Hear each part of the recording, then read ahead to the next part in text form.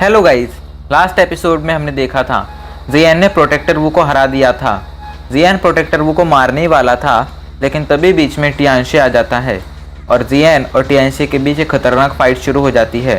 Fight इतनी खतरनाक हो गई थी कि अब जियान ने अपनी सबसे powerful technique firing flame technique का यूज़ करने का डिसीजन लिया था, जिसके बाद वह अपने पास मौजूद पांचों फ्लेम से 5 अलग अलग तरह के जानवर बनाता है और उनसे एक फॉर्मेशन बनाने के लिए तैयार हो जाता है। अब आगे जियान बीच में खड़ा था और फ्लेम से बने वो पांचों beast lion, tiger, wolf, dragon और लेपर्ड जियान के चारों तरफ एक घेरे में खड़े हुए थे। उनके शरीर से एक पावरफुल फ्लेम एनर्जी निकलती है तो सीधा जियान की तरफ जाने लगती है। जैसे ही वो फ्लेम एनर्जी जियान के पास पहुंचती है, जियान उन पांचों फ्लेम एनर्जी को मिलाना शुरू कर देता है। अगले कुछ ही पलों में जियान उन्हें पूरी तरह से मिला देता है। जैसे ही वो पांचों एनर्जी मिलती हैं, आसमान के 200 मीटर के दायरे में एक पावरफुल फ्लेम एनर्जी फैल जाती है, जो इतनी खतरनाक थी कि आसपास मौजूद आइस रिवर वैली के सभी लोगों को इससे तकलीफ हो रही थी। नीचे मौजूद ये सिटी के लोग आसमान में खड़े जियान को देख रहे थे। उन्हें अब जियान से डर भी लगने लगा था, क्योंकि जियान के शरीर से अभी जो फायर एनर्जी निकल रही थी उसकी जलन उन सभी को नीचे तक महसूस हो रही थी। जियान उस फायर एनर्जी से अपने चारों तरफ एक बैरियर बना लेता है ताकि टियानशे, बिंगजुआन और बिंगहाओ वहाँ से भाग ना पाएँ। बैरियर बनाने के बाद जियान उस सारी एनर्जी को उस बैरियर में फैला देता है। जैसे ही एनर्जी बैरियर में फैलती है, टियानशे, बिंगजुआन और बिंगहाओ को उस एनर्जी की वजह से काफ़ी ज़्यादा तकलीफ होने लगती है, क्योंकि वो लोग आइस टाइप की डोईकुई रखते थे और आइस टाइप की डोईकुई हमेशा फ्लेम टाइप की डोईकुई से हार जाती थी। बिंगजुआन और बिंगहाओ को अब डर लगने लगा था। वो टियानशे की तरफ देखते हुए कहते हैं, एल्डर टियानशे, हमें यहाँ से भाग जाना चाहिए वरना हम मारे जाएंगे। इस पर टियानशे जियान को घूरते हुए कहता है, क्या तुम्हें सच में लगता है ये लड़का हमें मार पाएगा? नहीं, ये लड़का अब ज़्यादा देर तक अपनी से एनर्जी को बरकरार नहीं रख पाएगा। बहुत जल्द स्काई फायर 3 मिस्टीरियस चेंज की पावर खत्म हो जाएगी। इसके बाद इस लड़की की पावर नॉर्मल हो जाएगी और ये हमारा कुछ नहीं बिगाड़ पाएगा।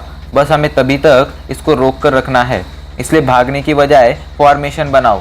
दोनों को टियानशे की बात सही लग रही थी, क्योंकि दोनों अच्छी तरह से जानते थे स्काई फायर 3 मिस्टीरियस चेंज की एक टाइम लिमिट थी। वो टाइम लिमिट ख़त्म होने के बाद उसे यूज़ करने वाला योद्धा बुरी तरह से घायल हो जाता था। ऐसे में बस उन्हें जियान को स्काई फायर 3 मिस्टीरियस चेंज की पावर ख़त्म होने तक रोकना था।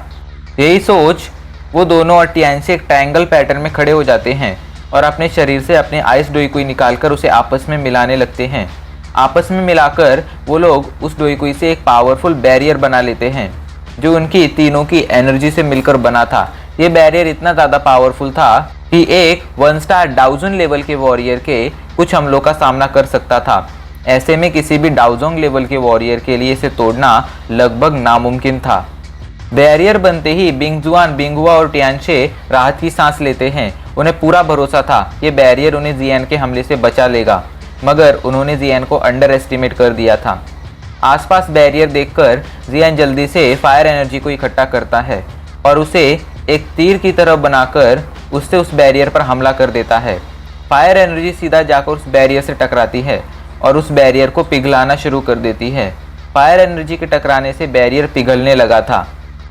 कुछ देर पहले टियानशे, बिंगजुआन और बिंगहुआ को इस बैरियर पर पूरा भरोसा था, पर अब उनका भरोसा डगमगाने लगा था, क्योंकि तीनों अच्छी तरह से जानते थे कि बहुत जल्द जियान के हमले से ये बैरियर टूट जाएगा।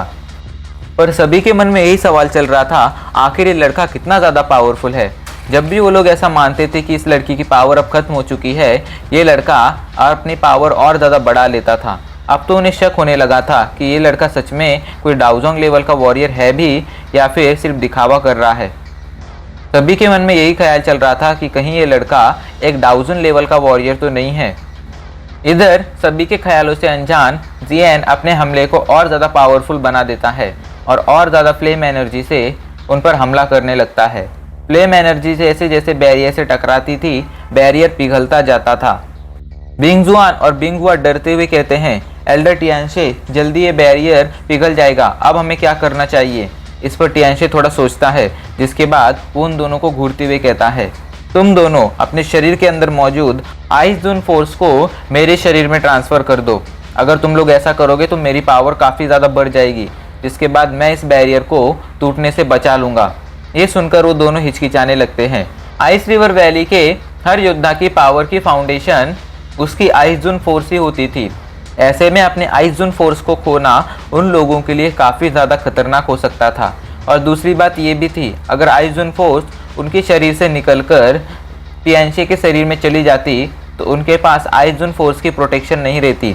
आइस जोन फोर्स की प्रोटेक्शन गायब होने से उन लोगों के लिए इस पावरफुल फ्लेम एनर्जी को सहना बहुत ज़्यादा मुश्किल होने वाला था। इसीलिए वो दोनों कुछ भी करने से हिचकिचा रहे थे। इधर जियन अपने हमले की पावर और ज़्यादा बढ़ा देता है।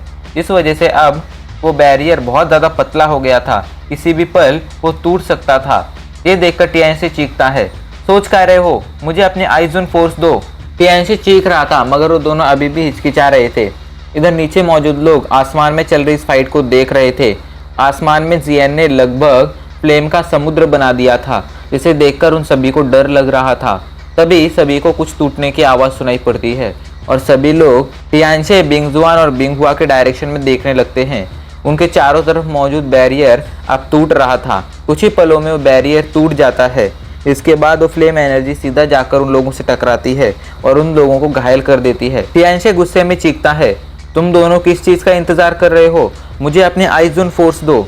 वो दोनों अब हिचकिचाना बंद कर देते हैं और टियानशी के पास जाकर उसके शरीर में अपनी आइस जोन फोर्स ट्रांसफ़र करने लगते हैं। एक हल्के नीले रंग की एनर्जी उनके शरीर से निकलती है जो सीधा टियानशी की बॉडी के अंदर जाने लगती है। जैसे जैसे आइस जोन फोर्स टियानशी की बॉडी के अंदर जा रही थी, टियानशी की पावर बढ़ती जा रही थी। अचानक से टियानशी ने जो कपड़े पहने थे वो जमने शुरू हो जाते हैं और कुछ ही पलों में टियानशी की बॉडी के ऊपर एक हल्के नीले रंग के कपड़े आ जाते हैं जो आइस जोन फोर्स से बने हुए थे।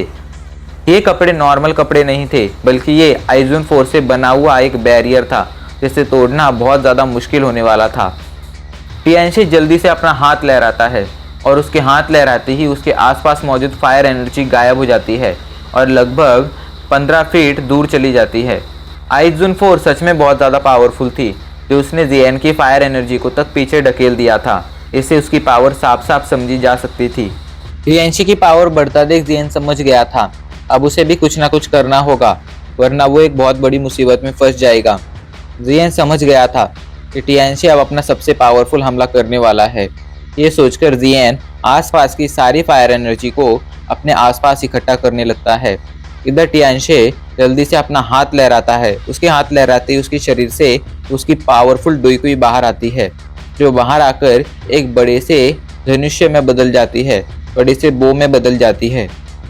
टियानशी अपनी एनर्जी से एक बड़ा सा एरो फॉर्म करता है, जिसके बाद वो उस एरो को उस बो पर लोड करता है और उसकी स्ट्रिंग को खींचकर हमले के लिए तैयार हो जाता है। उसने अपनी जी जान लगाकर उस स्ट्रिंग को खींचा था ताकि ये हमला जितना हो सके उतना ज़्यादा पावरफुल बन सके। ये देख जियन आसपास की फ्लेम एनर्जी को और तेज़ी से इकट्ठा करना शुरू कर देता है। अचानक से ही वो फ्लेम एनर्जी एक बड़े से हाथ में बदल जाती है और जियन भी हमले के लिए तैयार हो जाता है। टियानशी उस स्ट्रिंग को छोड़ देता है, जिसके बाद 10 फीट बड़ा वो बड़ा सा एरो जियन की तरफ बढ़ने लगता है। एरो में बहुत ही पावरफुल आइस जोन फोर्स थी। ऐसे में जियन के लिए इसे हराना, इसे तोड़ना बहुत ज़्यादा मुश्किल होने वाला था। एरो को अपनी तरफ बढ़ता देख जियन भी अपना हाथ घुमाता है। इसके बाद वो बड़ा सा हाथ सीधा जाकर उस एरो से टकरा जाता है। दोनों हमलों के आपस में टकराते ही एक जोरदार आवाज़ सुनाई पड़ती है और जियन का हाथ उस बड़े से एरो को तोड़ देता है। वो एरो तो टूट गया था मगर उसकी एनर्जी अभी भी खत्म नहीं हुई थी। उसकी एनर्जी आसमान में फैल जाती है, जिसके बाद जियन का हाथ और वो एनर्जी आपस में टकराने लगते हैं, जिस कारण आसपास मौजूद लोगों को बहुत ही पावरफुल प्रेशर अपने ऊपर महसूस होने लगता है। इधर टियानशी का शरीर तेजी से कांप रहा था। दोनों हमले के टकराने से उसको चोटें आई थी, मगर वो अभी पीछे नहीं हट सकता था क्योंकि वो जानता था अगर अब वो पीछे हटा तो वो जरूर मारा जाएगा। यही सोचकर वो अपनी जगह पर डटकर खड़ा हुआ था, मगर उसके लिए जियन के हमले की पावर सहना अब बहुत ज़्यादा मुश्किल होता जा रहा था। वो एक गहरी सांस लेता है, जिसके बाद वो बिंगजुआन और बिंगहुआ को घूरते हुए कहता है, तुम दोनों अपने शरीर के अंदर मौजूद सारी डोईकुई मेरे शरीर में ट्रांसफर कर दो, और वो भी जल्द से जल्द। टियानशी का पूरा शरीर डर से कांप रहा था। वो पीछे तो हटना चाहता था, मगर हट नहीं सकता था क्योंकि अगर वो पीछे हटता तो मारा जाता। इधर टियांशे की बात सुनकर बिंगजुआन और बिंगहुआ काफी ज्यादा डर जाते हैं और दोनों हिचकिचाने लगते हैं। अगर वो अपनी सारी डोइकुई टियांशे को ट्रांसफर कर देते तो उनकी लेवल के फाउंडेशन पर असर होता, जिससे उन्हें आगे बढ़ने में काफी ज्यादा प्रॉब्लम्स फेस करनी पड़ती। मगर अभी के लिए ये सब सोचने का वक्त नहीं था, इसलिए थोड़ा हिचकिचाने के बाद दोनों अपनी सारी डोइकुई टियांशे के शरीर के अंदर डालना शुरू कर देते हैं। जैसे ही वो ऐसा करते हैं, टियांशे की पावर तेजी से बढ़ने लगती है। टियांशे जल्दी से अपनी बॉडी को स्टेबल करता है। अपने आप को स्टेबल करने के बाद टियांशे आसमान में मौजूद सारी की सारी आइस एनर्जी को देखता है, जिसके बाद वो उस आइस एनर्जी को कंट्रोल करने लगता है और उससे जियान के फ्लेम एनर्जी के हाथ पर एक लेयर चढ़ाने लगता है। अगर ये लेयर उस हाथ के ऊपर चढ़ जाती तो ये लेयर उस हाथ को पूरी तरह से तोड़ देती और ऐसा करने के बाद जियान का हमला नाकाम हो जाता। जियान भी इस बात को अच्छी तरह से समझ रहा था। वो जानता था टियांशे को दबाना अब इतना भी आसान नहीं होने वाला है और उसके मन में एक डर भी था। अगर स्काई फायर 3 मिस्टीरियस चेंज की पावर खत्म हो जाती तो जियान सच में बहुत ज़्यादा वीक हो जाता। ऐसे में आइस रिवर वैली का एक नॉर्मल सा एल्डर भी उसे मार सकता था। ऐसे में जियान को जो भी करना था वो जल्द से जल्द करना था। यही सोचकर जियान इशारा करता है और जियान की इशारा करते ही आसपास मौजूद वो पांचों बीस्ट जोर से दहाड़ते हैं, जिसके बाद उनके शरीर से एक पावरफुल फ्लेम एनर्जी निकलती है। 5 अलग अलग रंग की फ्लेम एनर्जी उन पांचों के शरीर से निकल रही थी, जो सीधा जियान के आसमान में मौजूद जियान के बड़े से हाथ में चली जाती है। जैसे ही वो पांचों फ्लेम एनर्जी आसमान में मौजूद फ्लेम एनर्जी के हाथ में जाती हैं, फ्लेम एनर्जी के हाथ की पावर तेजी से बढ़ने लगती है। जियान अपना हाथ लहराता है और ऐसा करती ही उस बड़े से फ्लेम आर्म के ऊपर जो आइस की लेयर चढ़ी थी वो टुकड़ों में टूट जाती है। इसके बाद जियान अपना फिर से हाथ लहराता है और ऐसा करते ही वो बड़ा सा फ्लेम पाम तेजी से आसमान में मौजूद आइस एनर्जी की तरफ बढ़ने लगता है। दोनों एनर्जी फिर से आपस में टकरा जाती हैं और टियांशे भी अब इस बार पीछे नहीं हटता है। वो भी अपनी सारी एनर्जी हमले में लगा देता है। दोनों ही हमले आपस में टकरा जाते हैं और एक जोरदार ब्लास्ट के साथ दोनों ही आसमान से गायब हो जाते हैं। मगर उनके टकराने से आसमान में एक बड़ा सा ब्लैक होल क्रिएट हो गया था, जो लगभग 5 फीट जितना बड़ा था। इससे उन दोनों हमलों की पावर समझी जा सकती थी। जियान का बड़ा सा हाथ आसमान से गायब हो गया था। ये देख टियांशे बहुत ज़्यादा खुश था, पर उसकी ये खुशी ज़्यादा देर तक टिकने वाली नहीं थी, क्योंकि वो एक बात से अनजान था कि जियान ने अभी भी हार नहीं मानी है। और अब इसी के साथ हमारा एपिसोड यहीं पर ख़त्म हो जाता है।